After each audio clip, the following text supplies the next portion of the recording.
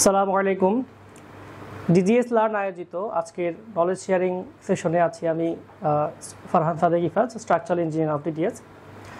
তো আমরা লাস্ট সেশনে সিসমিক ডিজাইন রিলেটেড আলোচনা করেছিলাম, দেখেছিলাম কিভাবে একটা বিল্ডিংয়ে ইকুইভ্যালেন্ট স্ট্যাটিক মেথডে সিসমিক বেস শিয়ারটা অ্যাপ্লাই করতে হয়, ক্যালকুলেশন করতে হয়। আজকের ক্লাসে ইনশাল্লাহ আমরা সিসমিক ডিটেলিং নিয়ে আলোচনা করব। এটাও কন্টিনিউয়াস প্রসেস হবে ইনশাল্লাহ। এবং আজকে আমরা শুরু করব হচ্ছে আমাদের যে বিল্ডিংয়ের স্পেশাল ডিটেলিং অর্থাৎ স্পেশাল মোমেন্ট রেজিস্টিং ফ্রেমের যে ডিটেলিং ক্রাইটেরিয়াগুলো আছে সেগুলা নিয়ে আজকে ইনশাল্লাহ আমরা আলোচনা করব।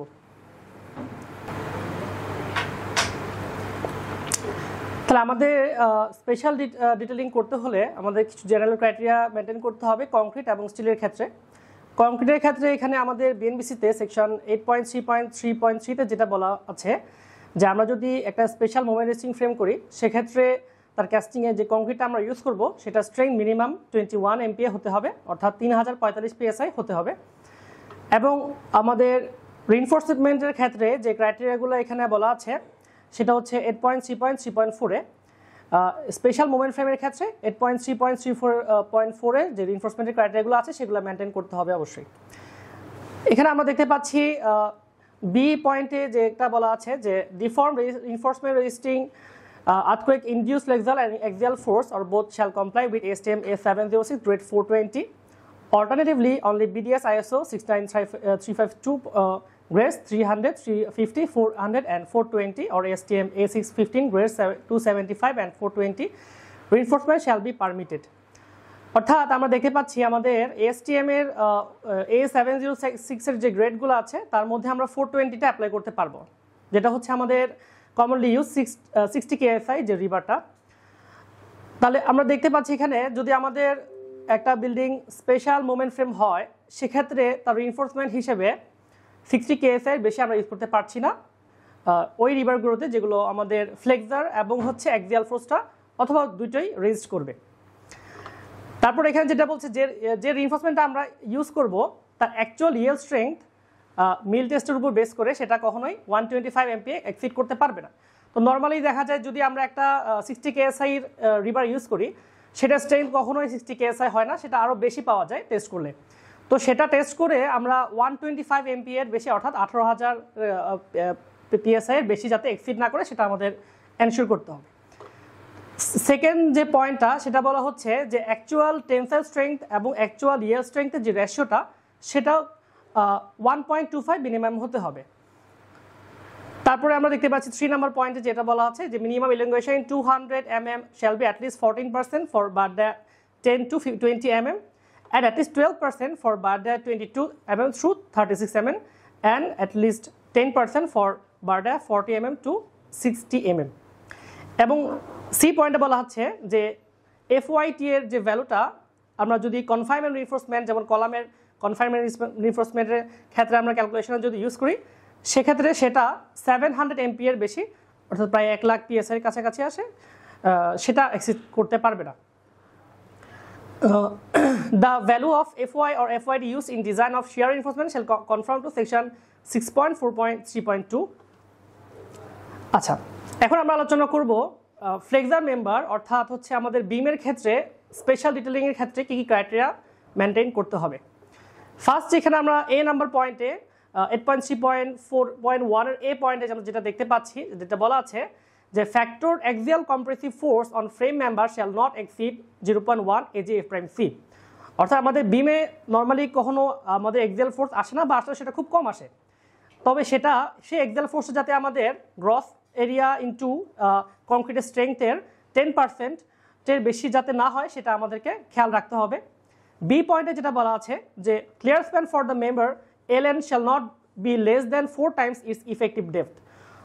অর্থাৎ এখানে বলা আছে যে আমাদের যে ক্লিয়ার স্প্যানটা একটা বিমের সেটা যাতে তার ডেপথের 4 টাইমসের চেয়ে কম না হয়। অর্থাৎ আমরা যদি 24 ইঞ্চ ডেপথের বিম ইউজ করি সেক্ষেত্রে আমাদের খেয়াল রাখতে হবে যাতে 24x4 120-এর কাছাকাছি আসে ওই ইঞ্চি যাতে আমার মিনিমাম লেংথটা হয় আমাদের বিমের, বা 8 ফিটের মিনিমাম যাতে 8 ফিট হয়।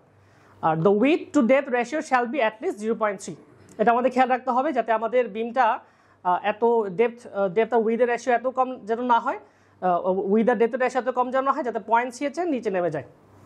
আচ্ছা, ডি পয়েন্টে উইথের ক্ষেত্রে যে ক্রাইটেরিয়াটা দেওয়া আছে সেখানে বলছে the width shall not be less than 250 mm, অর্থাৎ আমাদের বিমের উইথ 250 mm বা 10 ইঞ্চি আমরা নিচে ইউজ করতে পারবো না, and more than the width of the supporting member plus distance on each side of the supporting member neither exceeding 3/4 of the depth of the flexural member C1 nor with of supporting member C2। আচ্ছা, এই পয়েন্টটা যদি আমরা একটু ভালো করে বুঝতে চাই সেক্ষেত্রে আমাদের এখানে একটু ফিগারটা দেখতে হবে। ফিগার আমাদের বলছে যে এই যে বিমের আমাদের যে ডেপথটা BW দেখতে পাচ্ছি সেটা আমাদের larger of point CH or 250 mm হতে হবে, C2 প্লাস 1.5 C1, অর্থাৎ এখানে আমাদের C2 হচ্ছে কলামের আমাদের যে ফেসে আমার বিমটা প্রবেশ করছে সেই ফেসের লেন্থ এবং অপর সাইডের লেন্থ প্লাস 1.5 C1 যাতে এক্সিড না করে সেটা খেয়াল রাখতে হবে, এবং লেস দেন 3C2 আমাদের এটা যাতে C2টা হচ্ছে আমাদের এখানে কলামের বিমের পারপেন্ডিকুলার যে ফেসটা সেটা।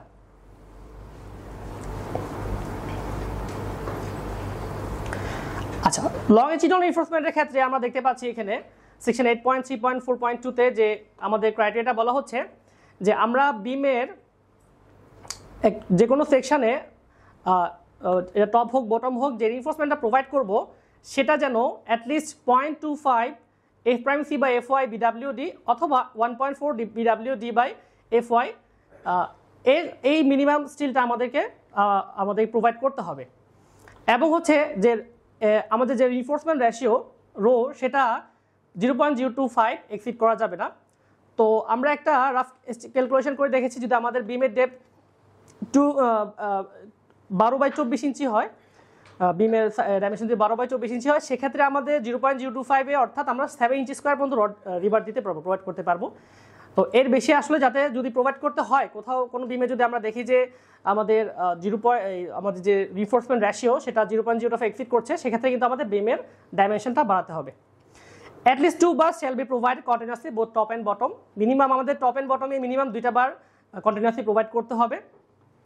The positive moment strength at the face of the joint shall not be less than 1/2 of the negative moment strength provided at that face as shown in figure 6.2.8.2. Neither the negative nor the positive moment strength at any section along the member length shall be less than 1/4 the maximum moment strength provided at the face of either joint. আমরা একটু ভালো করে বোঝার জন্য এটা আমাদের এই ফিগারটা আমরা একটু দেখতে পারি। এখানে যেটা বলা হচ্ছে আমাদের যে নেগেটিভ যে মোমেন্টের জন্য যে রিবারটা প্রয়োজন হয় আমার, এবং আমাদের বটমে যে পজিটিভ মোমেন্টটা প্রয়োজন হয়, পজিটিভ মোমেন্টটা অর্থাৎ সাপোর্টে বটমে আমার রিবারটা সাপোর্টে টপের রিবারের মিনিমাম 50% আমাকে প্রোভাইড করতে হবে। তো অনেক সময় আমরা দেখি যে আসলে দেখা যায় যে আমাদের বটমে টপে আমাদের রিবার বেশি লাগছে সাপোর্টে, আবার বটমে কম লাগছে। তো যতই কম লাগুক মিনিমাম 50% যাতে আমরা প্রোভাইড করি সাপোর্টে বটমে, সেটা আমাদেরকে অবশ্যই খেয়াল রাখতে হবে। এবং যে কোনো সেকশানে নর্মালি আমাদের মিডলে রিবার একটু কম লাগে, সেক্ষেত্রে আমরা যদি মিডলে রিবার দেই সেটা যাতে আমাদের এই যে 6টা সেকশনের মধ্যে বা 4টা সাপোর্ট সেকশনের মধ্যে যেটা ম্যাক্সিমাম তার 1/4 কম যাতে না হয়। অর্থাৎ আমাদেরকে টোটাল আমাদের বিমে আমার 6টা সেকশনের মধ্যে যে সেকশনের ম্যাক্সিমাম রিইনফোর্সমেন্ট প্রয়োজন হবে বা রিইনফোর্সমেন্ট আমরা প্রোভাইড করব তার 1/4 মিনিমাম আমাদেরকে প্রোভাইড করতে হবে যে কোনো সেকশনে।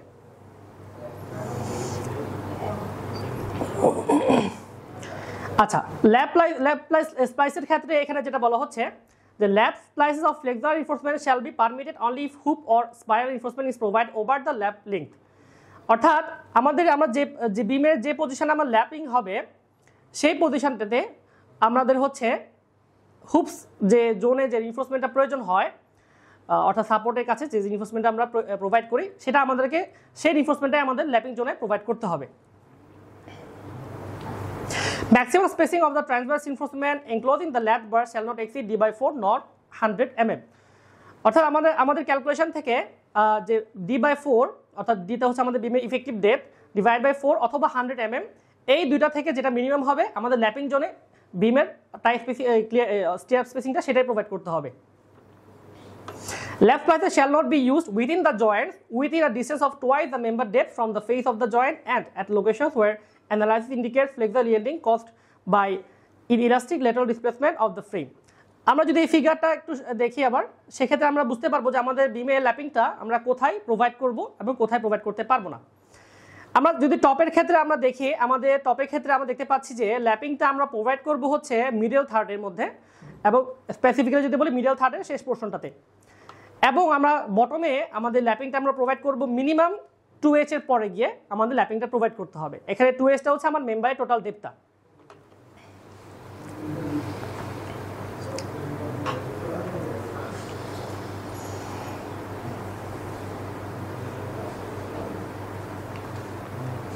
আচ্ছা, আমরা এখন যদি ট্রান্সভার্স রিইনফোর্সমেন্ট বা বিমের স্টিরাপ ক্যালকুলেশনটা দেখতে চাই, সেক্ষেত্রে এটা আমরা দেখতে পারবো বিএনবিসি 2020 এর সেকশন 8.3.4.3 এ। এখানে যেটা বলা আছে আমাদের, hoof shall be provided in the following regions of frame members at both ends of the flexural members over a length equal to twice the member depth measured from the face of the supporting member toward midspan. Over lengths equal to twice the member depth on both sides of a section where flexural yielding is likely to occur in connection with inelastic lateral displacement of the frame. আমরা যদি আবার এখানে ফিগারটাতে যাই, আমরা দেখতে পাচ্ছি এখানে আমাদের আমরা হুপ যে রিইনফোর্সমেন্টটা আসবে আমাদের, সেটা আমাদেরকে মিনিমাম হচ্ছে আমাদের বিমের টোয়াইস এইচ, অর্থাৎ বিমের আমার টোটাল ডেপথের ডাবল লেংথ পর্যন্ত আমাদেরকে হুপ রিইনফোর্সমেন্টটা প্রোভাইড করতে হবে বোথ সাইড থেকে, বোথ সাইডে বোথ সাপোর্ট থেকে প্রোভাইড করতে হবে। The first hoop shall be located not more than 50 mm from the face of the supporting member. প্রথম যে হুপ রিইনফোর্সমেন্টটা হবে সেটা আমাদের সাপোর্টিং মেম্বার বা কলামের ফেস থেকে আমাদের সর্বোচ্চ আমি 50 mm পর্যন্ত দিতে পারবো, এর চেয়ে বেশি ডিস্টেন্সে দেওয়া যাবে না। Maximum spacing of the Hoop shall not exceed d/4 8 times the diameter of the smallest longitudinal burst, 24 times the diameter of the hoop burst and 300 mm. তাহলে এই এখানে যে চারটা ক্রাইটেরিয়া আমাদের বলা আছে, অর্থাৎ হচ্ছে d/4 8 times, এখানে ডিটা হচ্ছে effective depth of the beam, 8 times the diameter of the smallest longitudinal burst and 24 times the diameter of the hoop burst and 300 mm. এই চারটা ক্রাইটেরিয়া থেকে আমাদের ক্যালকুলেশনে যেটা মিনিমাম আসবে সেটা আমাদের বিমের হুপ রিইনফোর্সমেন্ট হিসেবে প্রোভাইড করতে হবে। তো আমরা আমাদের এক্সপেরিয়েন্সে খেয়াল করেছি যে আসলে d/4 যেটা ইফেক্টিভ ডেপথ বাই 4, এটাই নর্মালি গভর্ন করে যদি আমাদের বিমের ডেপথটা একটু কম হয়, দ্যাট ইজ আমার 24 ইঞ্চ বা যে এর চেয়ে যদি কম হয়, সেক্ষেত্রে আমাদের d/4টা গভর্ন করে। তো এটা এখানে একটা জিনিস খেয়াল রাখতে হবে, ডিটা কিন্তু আমাদের ইফেক্টিভ ডেপথ। তো অনেকে আসলে দেখা যায় যে ক্যালকুলেশনের ডিটা যেটা প্রোভাইড করে রিইনফোর্সমেন্টটা সেটা d/4 এর চেয়ে বেশি হয়ে যায়। তো তারা আসলে দেখা যায় টোটাল ডেপথটা কনসিডার করে ওটাকে 4 দিয়ে ডিভাইড করে, সেক্ষেত্রে তাই হুপজোন টাইটা দেয়। বাট এটা ডিটা কিন্তু আমাদের ইফেক্টিভ ডেপথ, অর্থাৎ ক্লিয়ার আমাদের ক্লিয়ার সেন্ট্রয়েডের পর্যন্ত ডিস্টেন্সটা রিভারের, সেটা বাদ দিয়ে তারপরে ডিটা আমাদের হিসাব করতে হবে। Where hoops are required, longitudinal bars on the perimeter shall have lateral support conforming to 1.9.4 c, and where hoops are not required, stirrups with seismic hoops shall be spaced not more than d/2 throughout the length of the member. আচ্ছা, আমরা একটু আগে বলেছি যে আমরা hoops রিইনফোর্সমেন্টটা কতটুকু দিব, আমরা প্রোভাইড করতে হবে মিনিমাম আমাদের সাপোর্ট থেকে 2h লেংথ পর্যন্ত মিনিমাম প্রোভাইড করতে হবে। এরপরে যদি আমাদের অ্যানালাইসিসে দেখছি আমরা প্রয়োজন হচ্ছে না, সেক্ষেত্রে আমাদের হুপ জোনটা আমাদের দেওয়ার প্রয়োজন নেই, বাট আমাদের হুপ জোনে যে আমরা টাই স্পেসিংটা দেবো তার ডাবলের বেশি আবার আমাদের মিডল জোনটাতে বা 2h এর পরে যে জোনটা আছে সেখানে আমরা প্রোভাইড করতে পারবো না। Hoops in flexural reinforcement members are allowed to be made of two pieces of reinforcement consisting of a U-stirrup having hooks not less than 135 degree with fixed diameter but not less than 75 mm extension anchored in the confined core, and a cross tie engaging the same longitudinal bar shall have their 90 degree hooks at opposite face of the flexural member. If the longitudinal reinforcing bars secured by the cross ties are confined by a slab only on one side of the flexural frame member, the 90 degree hooks of the cross ties shall be placed on that side. তাহলে আমরা এই ফিগারটা যদি একটু দেখি, সেক্ষেত্রে আমরা আমাদের হুপের যে ক্রাইটেরিয়া সেটা ভালো করে বুঝতে পারবো যে আমাদের টাইটা কীভাবে দিতে হবে। এখানে আমরা দেখতে পাচ্ছি যদি আমাদের ক্লোজড স্টিরাপ হয়, সেক্ষেত্রে আমাদের এই যে এক্সটেনশনটা সেটা আমাদের মিনিমাম 6 GB অথবা 75 mm যেটা বড় হবে সেটা প্রোভাইড করতে হবে, এবং হুপসটা অবশ্যই সিসমিক হুপটা অবশ্যই 135 ডিগ্রি প্রোভাইড করতে হবে, এটা কোনোভাবে 90 ডিগ্রি প্রোভাইড করা যাবে না। এবং যদি আমাদের মিডিলে একটা ক্রস টাই লাগে, সেক্ষেত্রে ক্রস টাই ডিটেলিংটাও আমাদের এইভাবে ফুলফিল করতে হবে। এক পাশে আমরা 90 ডিগ্রি রাখতে পারি, বাট অপোজিট সাইডে অবশ্য আমাদের 135 ডিগ্রি প্রোভাইড করতে হবে।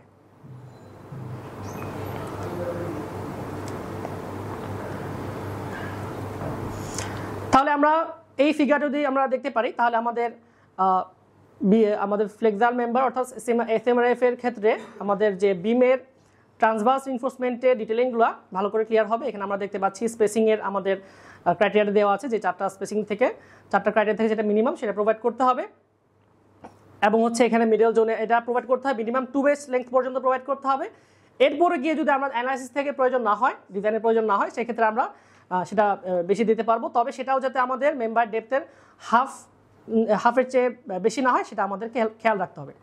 এবং এখানে একটা বিষয় আছে যেটা হচ্ছে আমরা লংজিটিউডাল বার যেগুলো প্রোভাইড করব সেটা যাতে আমাদের 150 mm এর চেয়ে কম হয়, অর্থাৎ 6 ইঞ্চির বেশি যাতে আমাদের এই যে প্যারালাল বারগুলোর মধ্যে ডিসটেন্স না হয় এসএমআরএফ এর ক্ষেত্রে, সেটা আমাদেরকে মেনটেন করতে হবে।